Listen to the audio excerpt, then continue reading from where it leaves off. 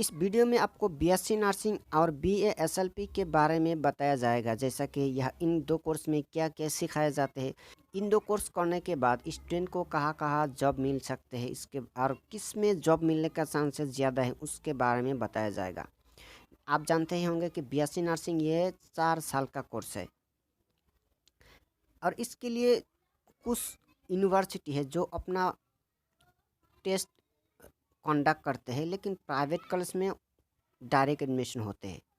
यहाँ पे क्या क्या सिखाया जाता है? Anatomy, physiology, biochemistry, nutrition, psychology and mental hygiene, community health, medical surgery, nursing का जो सब्जेक्ट है वहाँ पे skin and communicable disease, ENT, गायनो, ये सारी चीज़ें सिखाए जाते हैं। अब चलिए हम बीएएसएलपी के बारे में बताते हैं। Bachelor of audiology and speech language pathology, ये 4 साल का कोर्स है। 3 साल का कोर्स है, लेकिन 1 साल यहाँ पे इंटर्नशिप है। दैट 3+1, ये 4 साल का कोर्स है। Bachelor of audiology and speech language pathology, इससे आप समझ गए होंगे कि ये मेनली 2 कोर्स का कॉम्बिनेशन है। एक है ऑडियोलॉजी, दूसरा है स्पीच लैंग्वेज पैथोलॉजी। ऑडियोलॉजी मतलब जहाँ पे सुनने से रिलेटेड चीज़ों को सिखाए जाते हैं, और स्पीच लैंग्वेज पैथोलॉजी जो बोलने से रिलेटेड चीज़ों को सिखाया जाता है। जैसे कि जिन बच्चों को बोलना नहीं आते हैं उनका ट्रीटमेंट किस तरह किया जाएगा उसके बारे में सिखाया जाता है।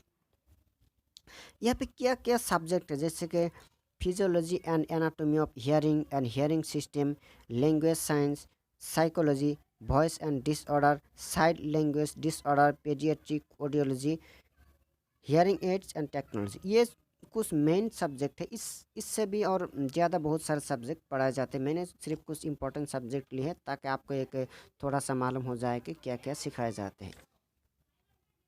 चलिए अब हम जॉब के बारे में बताएंगे। जॉब के बारे में जानने के लिए आपको जानना पड़ेगा कि नर्स के जॉब कितना होते हैं। हॉस्पिटल में सबसे ज़्यादा जॉब निकलते हैं अगर किसी का, तो वो नर्स का निकलते हैं। लेकिन इंडिया में हर साल 3 लाख नर्सेस निकलते हैं।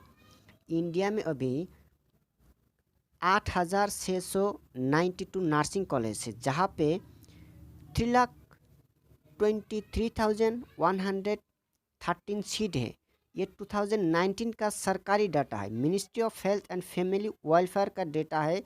2019 में सरकार हमें यह बताते हैं कि इंडिया में 3,23,000 सीट है ये नर्सिंग स्टूडेंट का, और हर साल इंडिया में 3 लाख से ज़्यादा नर्स निकलते हैं।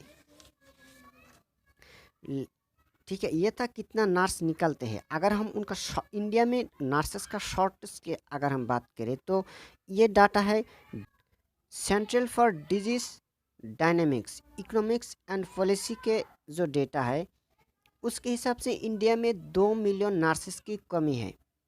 सरकारी डेटा के मुताबिक इंडिया में 3.07 मिलियन रजिस्टर्ड नर्स है इस वक्त।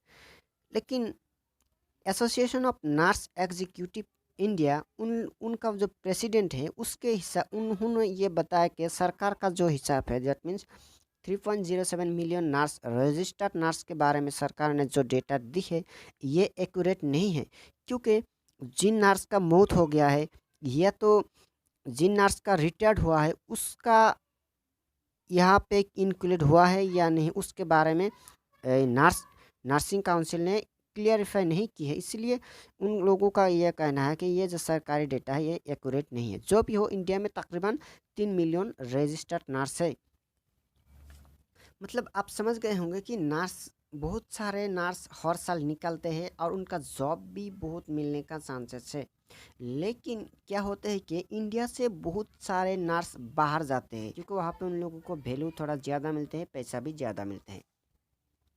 इंडिया में सरकार हर साल 22,000 नर्स को हायर करते हैं। इंडिया में अभी भी 4 लाख नर्स का ज़रूरत है। जॉब प्रोफाइल की बात करें तो जैसा कि staff nurse, nursing service administrator, assistant nursing superintendent, industrial nurse, department supervisor, nursing supervisor, ward sister, nursing superintendent, community health nurse, director of nurse, deputy nursing superintendent, teacher of nurse. इन जगहों पे उनको नौकरियां मिल सकते हैं। मतलब आप समझ गए होंगे कि इंडिया में नर्सेस का ज़रूरत बहुत है, लेकिन नर्सेस बहुत सारे निकल रहे हैं। आप लोग जानते हैं कि बहुत सारे नया नया मेडिकल भी अब बन रहे हैं, क्योंकि यहाँ पे हमारे लीडर को पॉलिटिकली बहुत फ़ायदा मिलता है। नया मेडिकल हो रहा है, मतलब वहाँ पे सबसे ज़्यादा जॉब किसी को मिलेगी, वो तो नर्सिंग को मिलेगी। BASLP वालों को कहाँ कहाँ पे जॉब मिल सकते हैं? सरकारी हॉस्पिटल में मिल सकते हैं, प्राइवेट हॉस्पिटल में मिल सकते हैं, जैसे कि न्यूरोलॉजी डिपार्टमेंट में, पेडियाट्रिक डिपार्टमेंट में, ENT डिपार्टमेंट में, और एक कुछ NGO भी हायर करते हैं। उसी तरह स्पेशल जो स्कूल है चाइल्ड के लिए, वहाँ पे भी जॉब मिलते हैं। कॉमन जॉब प्रोफाइल की बात करें, जैसे कि ऑडियोलॉजिस्ट के तौर पर वो काम कर सकते हैं, स्पीच लैंग्वेज पैथोलॉजिस्ट के तौर पर, speech language therapist, rehabilitation specialist, hearing aids marketer, teacher के तौर पर भी काम कर सकते हैं। अगर हम सेल्फ एम्प्लॉयमेंट की बात करें तो BASLP वाले अपना क्लिनिक खोल सकते हैं, जहाँ पे उन बच्चों का ट्रीटमेंट करेंगे जिनको अच्छी तरह बोलना नहीं आते हैं। उसी तरह उन लोगों का भी ट्रीटमेंट कर सकते हैं जिनको कान का प्रॉब्लम है, जिनका अच्छी तरह सुनाई नहीं देते हैं, उनका कौन सा मशीन लगाना चाहिए, इस तरह का चीज़ें वो अपना क्लिनिक में कर सकते हैं। मैंने सारे बात आपको बताई, अब आपको डिसाइड करना है कि किसके लिए कौन सा कोर्स ज़्यादा अच्छा है। अगर मुझे कोई सवाल करे तो मैं यही बताऊंगी कि दोनों कोर्स बहुत अच्छा है, लेकिन BASLP इसके बारे में बहुत सारे लोगों को जानकारी नहीं है। अगर ऐसा हो कि बहुत सारे लोग नर्सिंग में जा रहे हैं पास, या तो 10 साल बाद बहुत सारे नर्स अगर हो जाएंगे, तब उनको जॉब मिलने में थोड़ा प्रॉब्लम आ सकते हैं।